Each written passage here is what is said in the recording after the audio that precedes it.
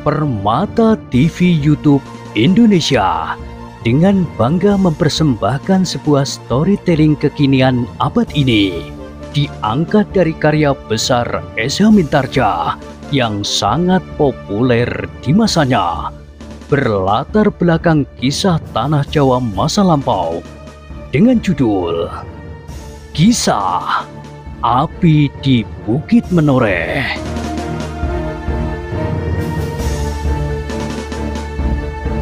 Pada kesempatan yang sangat baik ini, kita masuk pada episode yang ke-499.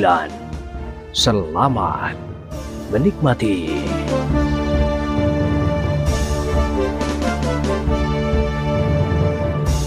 Pada episode sebelumnya telah diceritakan, Putut Nantang Pati tidak segera menyahut. Ia mencoba membayangkan kekuatan yang tersembunyi di belakang pajang, kekuatan para adipati itu. Tanpa sesadarnya ia berdesis, jika saja kita dapat memaksa Ki Gede Pemanahan, ia mempunyai pengaruh yang kuat atas para adipati. Daksina mengangguk-angguk. Itu memang harus dipikirkan masak-masak. Sutowijoyo harus tertangkap hidup-hidup. Jika perintah Ki Gede Pemanahan untuk memanggilnya sampai, ia akan kehilangan segala gairah. Nah, kesempatan itu akan kita pergunakan. Ada dua kemungkinan. Ia kehilangan gairah untuk meneruskan pertempuran, atau justru karena putus asa ia menjadi liar dan berkelahi dengan buasnya. Kedua-duanya baik bagi kita. Jika ia menjadi liar dan gelap hati, maka Panembahan Agung akan segera menguasainya. Dengan kekuatan ilmunya ia dapat memaksa Sutowijoyo untuk diam. Jika tiba-tiba saja di sekeliling anak muda itu terdapat sebuah pagar besi, maka ia tentu akan segera menyerah. Putut Nantang Pati mengangguk-anggukkan kepalanya, namun ia pun kemudian mengerutkan keningnya dan bertanya, "Apakah kau berkata sebenarnya?" "Ya, sebenarnya. Bukankah menurut ceritamu dan anak buahmu, Panembahan Agung dapat menciptakan yang tidak ada menjadi ada?" "Bukan menciptakan yang tidak ada menjadi ada." "Jadi bagaimana?" "Membuat yang tidak ada seolah-olah ada. Itulah kekuatan ilmunya." Daksina tersenyum, namun tiba-tiba saja ia berusaha untuk tidak menimbulkan kesan apapun di wajahnya. Namun yang sekilas itu dapat tertangkap oleh Putut Nantang Pati, sehingga wajah Putut itu menjadi tegang sejenak. Putut Nantang Pati menyadari bahwa Daksina tidak begitu membanggakan ilmu Panembahan Agung. Mungkin Daksina masih belum pernah menyaksikannya sendiri dan apalagi mengalami.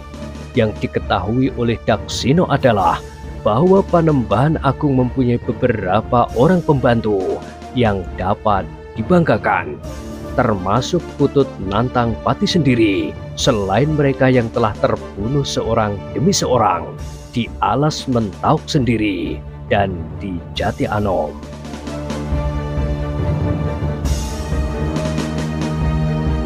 Sekali-sekali kau memang harus mengetahui betapa besarnya kekuatan ilmu Panembahan Agung. Ia mampu menyesatkan indera seseorang, bahkan kau. "Ya," jawab Daksina yang tidak ingin menyakiti hati Putut Nantang Pati, justru di saat mereka menghadapi pasukan Mataram yang kuat. Putut Nantang Pati terdiam. Memang masih harus dibuktikan bahwa kekuatan yang demikian itu dimiliki oleh Panembahan Agung. Namun selagi mereka terdiam untuk sejenak, tiba-tiba telah datang dengan tergesa-gesa seorang tantrik dari Padepokan Medang, Padepokan Panembahan Agung. "Aku mendapatkan perintah untuk menyampaikan pesan," berkata tantrik itu. "Apakah pesan itu?" "Kalian di sini harus menyiapkan diri untuk menghadapi lawan yang kuat sekali. Yang datang bukan saja para pengawal dari Mataram, tetapi juga para pengawal dari Menoreh. Di antara mereka terdapat orang-orang yang harus diperhitungkan. Heh? Putut Nantang Pati terkejut. Demikian pula Daksina sehingga ia bergeser maju. Sejenak mereka berdua memandangi cantrik itu dengan wajah yang tegang.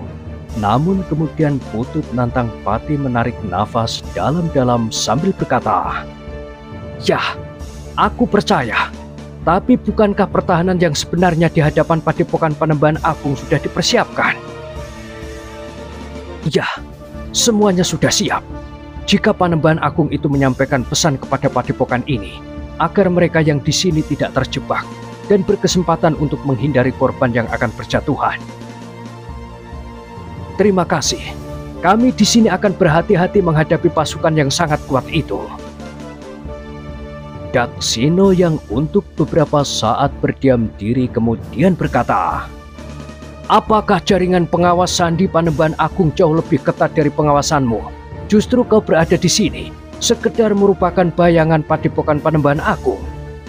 Bukankah seharusnya kita berada di sinilah yang memberikan laporan kepadanya tentang gerakan pasukan lawan seperti yang pernah kita laporkan itu?"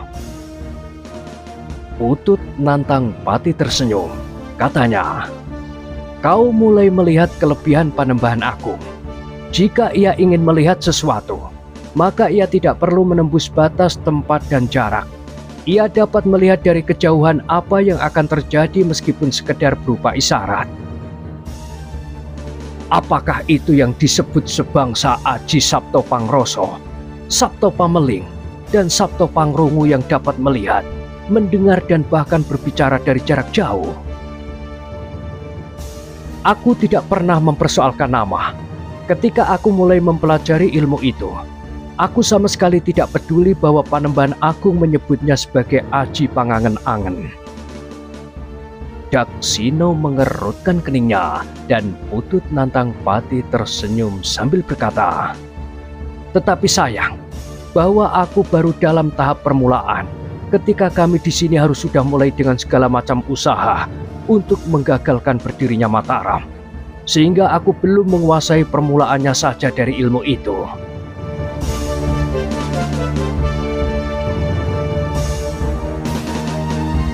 Daksina tidak menjawab, tetapi ia mulai berdebar-debar, membayangkan jenis ilmu yang disebut ilmu pangangen-angen itu.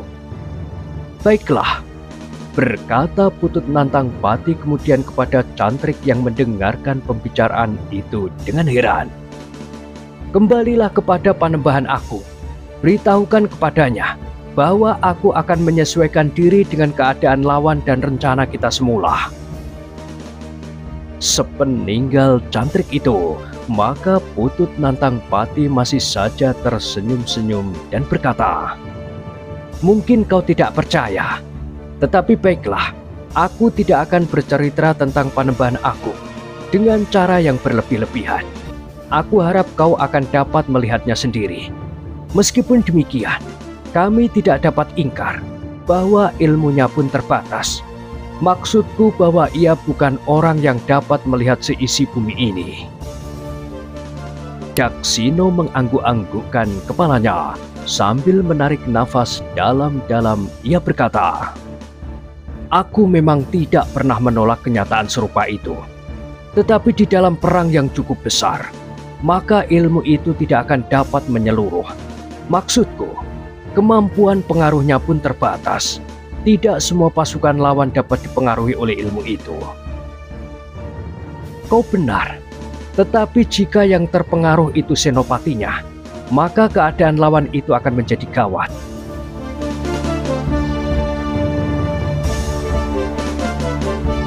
Daksina menarik nafas dalam-dalam, tetapi ia tidak menjawab.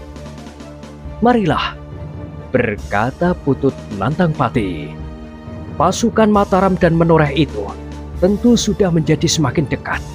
Kita harus menyesuaikan diri dengan kekuatan mereka. Jalur untuk menarik diri sudah kita persiapkan baik-baik.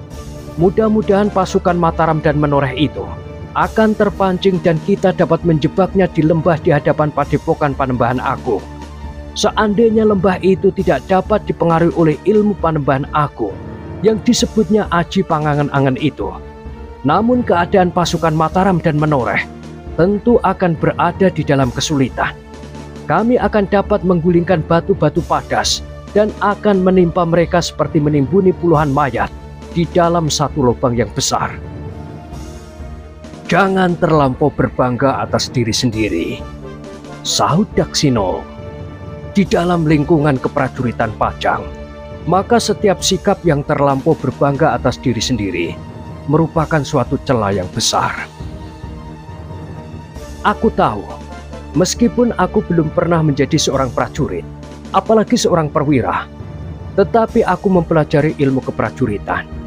Namun jika aku mengatakan tentang prajurit Mataram dan Menoreh, maka itu karena aku yakin akan berhasil. Daksina mengangguk-angguk pula. Marilah ke pengawasan yang terdepan, berkata Putut Nantangpati. Kita akan melihat kehadiran pasukan Mataram dan Menoreh. Panembahan Agung menyebut beberapa orang yang memiliki ilmu yang perlu diperhitungkan. Mungkin mereka adalah orang-orang bercambuk itu. Tentu mereka yang dimaksudkan. Kita tidak usah cemas. Meskipun barangkali aku sendiri tidak dapat mengalahkannya seperti para pemimpin kepercayaan kami yang berada di perbatasan Alas Mentau, dan juga Kiai Damar, dan bahkan Kiai Telapak Jalak. Tapi aku tidak akan cemas menghadapi mereka. Sebentar lagi mereka akan terkubur di lembah yang curam itu.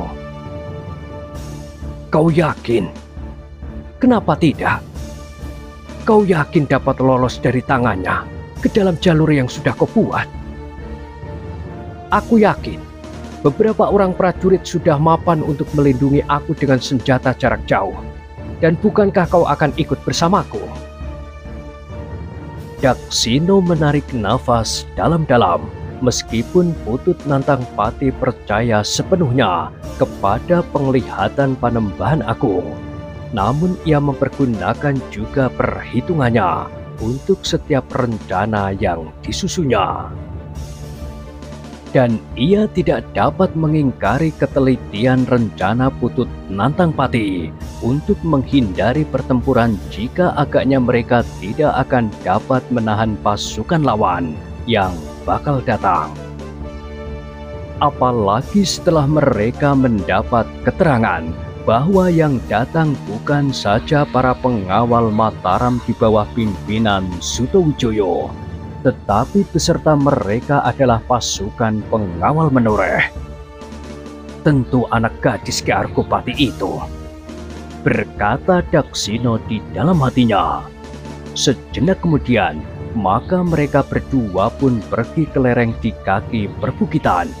Dari balik pepohonan mereka melihat lembah dan lereng di hadapan mereka.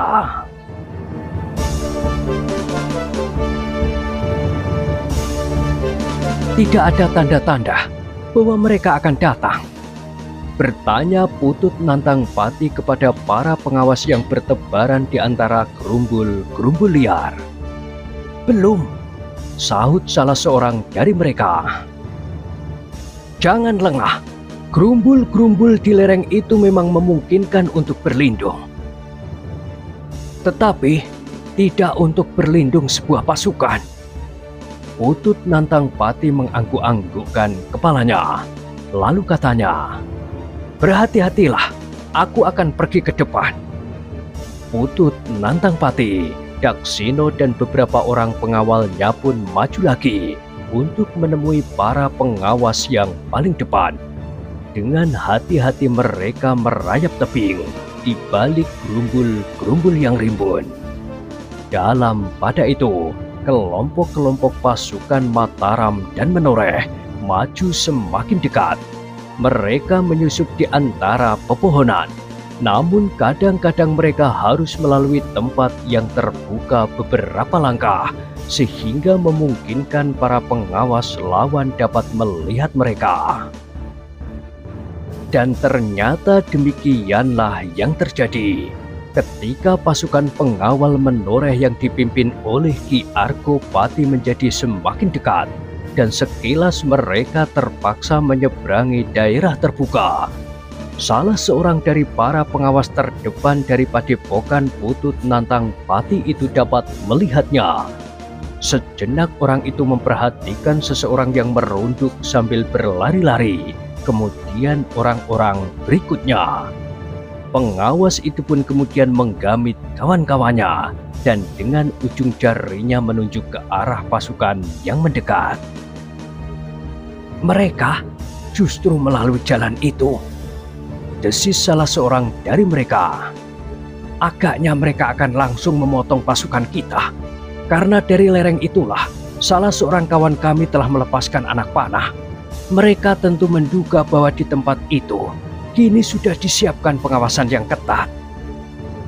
Tetapi kehadiran mereka harus kita laporkan. Tentu. Nah, siapakah yang akan pergi?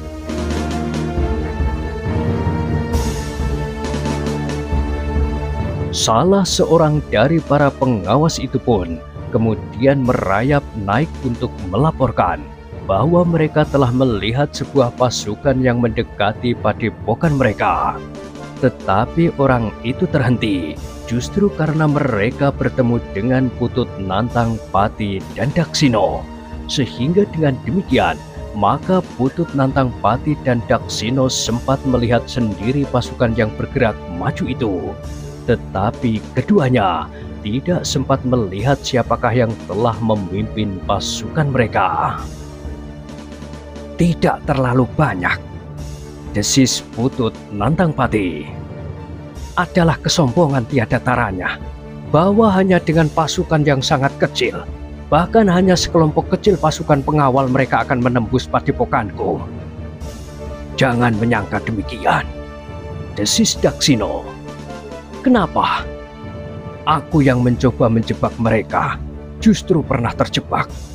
Kau sangka bahwa yang kita lihat itu sudah seluruh pasukan? Kalau begitu, siapakah mereka? Mungkin mereka hanyalah sekedar pengawas yang merintis perjalanan. Mungkin pasukan pengawal yang sudah pasrah akan nyawanya. Mungkin mereka sekedar menjajaki. Dan masih banyak kemungkinan-kemungkinan yang lain.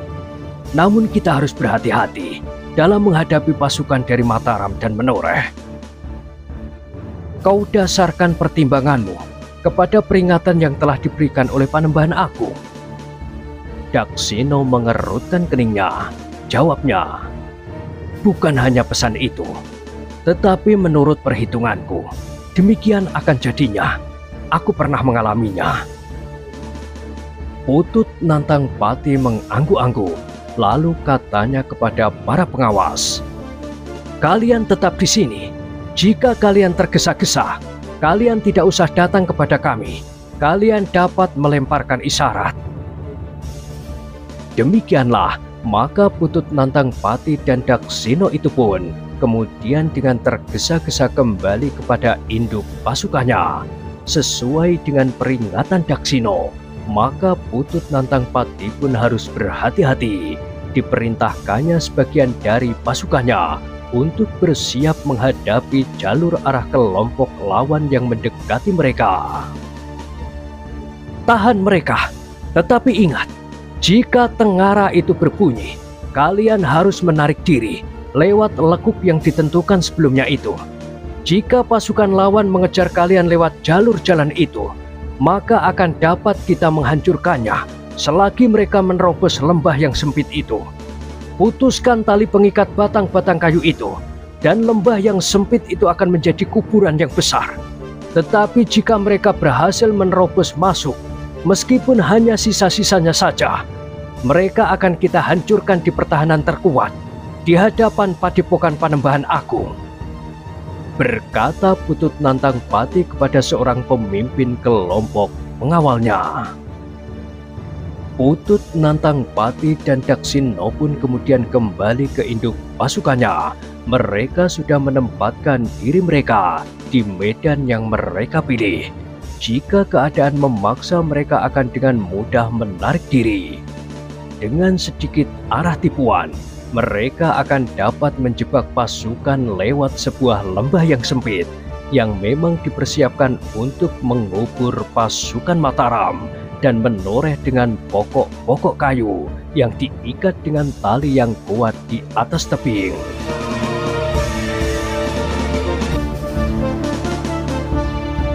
Jika tali-tali itu diputuskan dengan kapak, maka pokok-pokok kayu itu akan menggelinding melanda batu-batu padas di lereng sebelah menyebelah lembah yang sempit itu dan bersama-sama menimbun pasukan yang sedang lewat.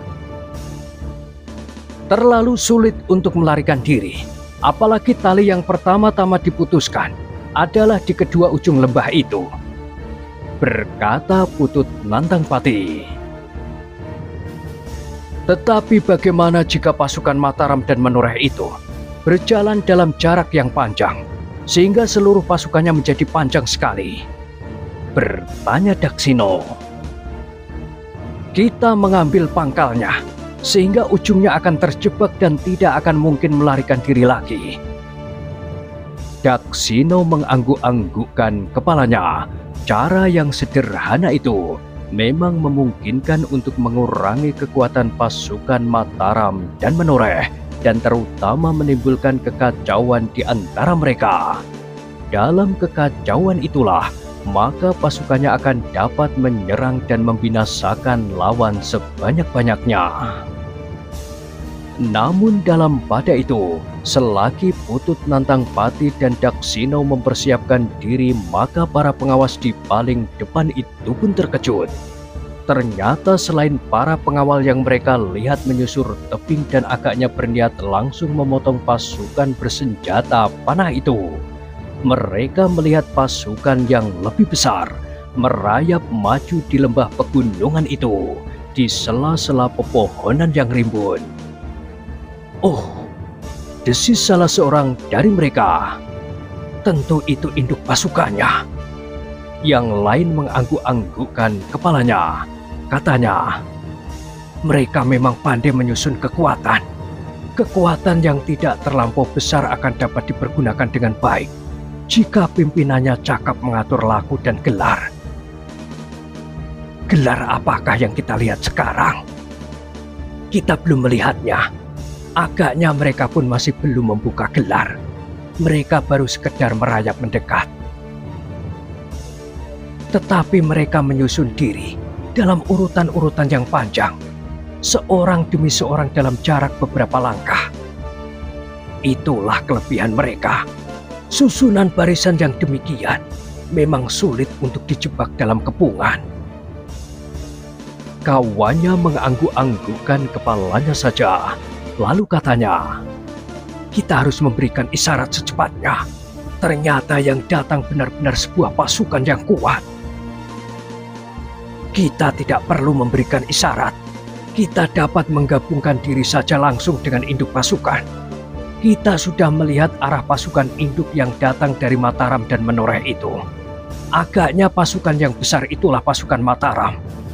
Sedang pasukan yang kecil yang menyusur lereng itu adalah pasukan pengawal Menoreh. Kawannya merenung sejenak, lalu katanya, baiklah, kita pergi ke induk pasukan. Tetapi hati-hati, jangan sampai mereka melihat kita. Demikianlah, para pengawas itu pun dengan hati-hati telah meninggalkan tempatnya, menggabungkan diri ke induk pasukan sekaligus melaporkan apa yang telah dilihatnya. Kami tidak memberikan isyarat agar mereka tidak segera mengetahui bahwa kita akan menyambut kedatangannya. Baiklah, pasukan induk kita pun akan menyambut mereka sebelum mereka kita seret lewat jebakan yang sudah dipersiapkan. Sementara itu sebuah pasukan kecil akan menahan pasukan yang menyelusuri lereng itu. Agaknya mereka menganggap bahwa pasukan kita yang mempergunakan panah masih tetap berada di lereng itu. Desis Putut Nantangpati. Apakah mereka tidak kita pancing sama sekali turun ke lembah? Bertanya Daksina. Tetapi pasukan kecil itu, jika berjalan terus akan dapat mengganggu orang-orang kita yang berada di tebing yang siap memotong tali temali itu. Daksino mengangguk-anggukkan kepalanya, lalu katanya, "Tetapi meskipun pasukan itu kecil, namun aku kira pasukan itu cukup kuat. Apalagi jika para pemimpin menoreh dan orang-orang bercambuk itu ada di sana, maka kita akan kehilangan banyak kesempatan. Kita akan menahan mereka dengan pasukan yang kuat. Aku sendiri akan memimpin pasukan itu, sambil melindungi orang-orang yang akan memotong tali. Aku harap kau memimpin induk pasukan yang sebagian juga terdiri dari prajurit-prajurit Pajang untuk menahan Sutowijoyo. Aku kira induk pasukan itu memang orang-orang Mataram. Jika yang datang Ki Pemanahan sendiri dengan pasukan yang memang tidak akan dapat kita hadapi, kau harus memberikan isyarat agar aku dapat mempertimbangkan keadaan dan jika perlu, segera berusaha untuk menjebak mereka." Daksino menganggukkan kepalanya. Ia pun segera mempersiapkan diri dan membagi pasukannya. Sebuah pasukan kecil yang kuat akan menghadapi sekelompok pasukan pengawal yang menyusuri tebing, sedang yang lain akan turun ke lembah dan menyambut induk pasukan sebelum mereka akan menyeret pasukan Mataram itu ke dalam kuburan raksasa yang sudah dipersiapkan.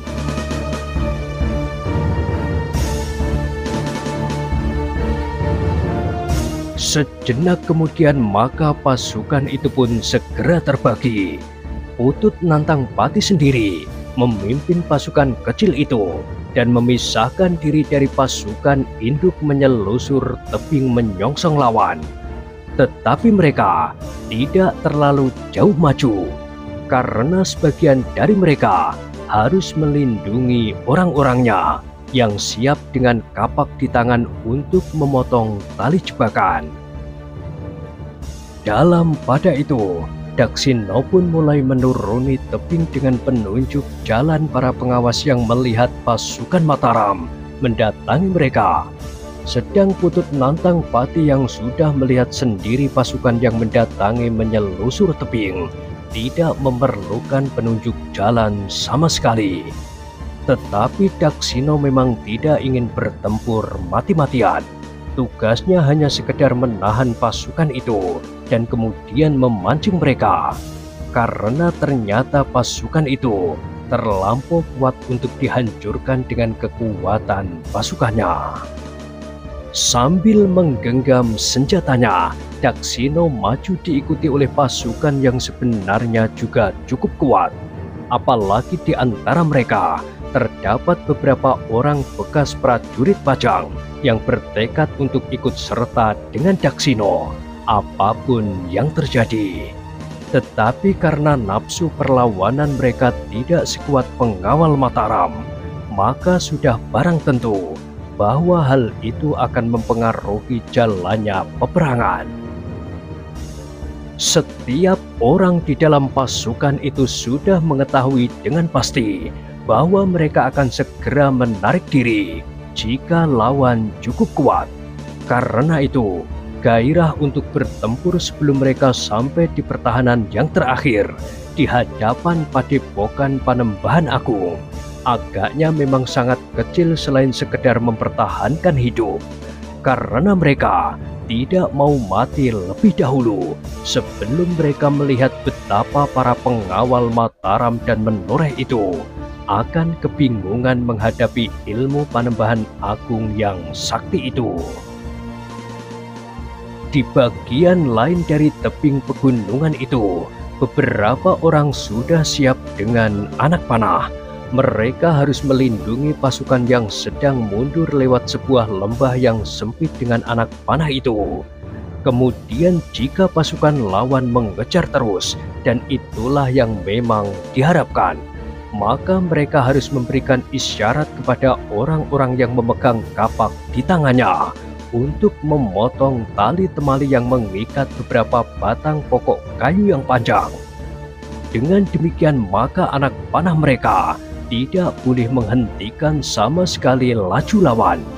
Anak panah itu tugasnya hanya sekedar menahan agar pasukan Panembahan Agung terpisah dari pasukan yang mengejarnya beberapa puluh langkah. Sementara itu, di lembah yang ditumbuhi oleh pepohonan yang pepat, seolah-olah sebuah hutan kecil, pasukan Daksina berhenti. Mereka mempersiapkan diri untuk menyergap pasukan Mataram yang pasti akan melalui daerah itu pula. Beberapa orang di antara mereka memanjat dahan-dahan yang rendah dengan pedang di tangan. Jika lawan mereka lewat di bawahnya, maka mereka yang memanjat itu sudah siap untuk meloncat menerkam sambil menghunjamkan senjata mereka masing-masing di punggung atau di dada lawan. Dalam pada itu, pasukan Mataram yang dipimpin oleh Sutowijoyo maju terus selangkah demi selangkah. Mereka menjadi berhati-hati karena seakan-akan mereka telah mendapat firasat bahwa musuh memang sudah ada di depan hidung mereka.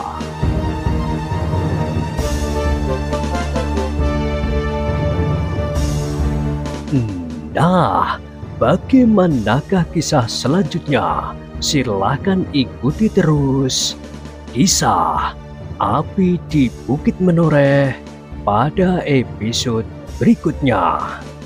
Sampai jumpa.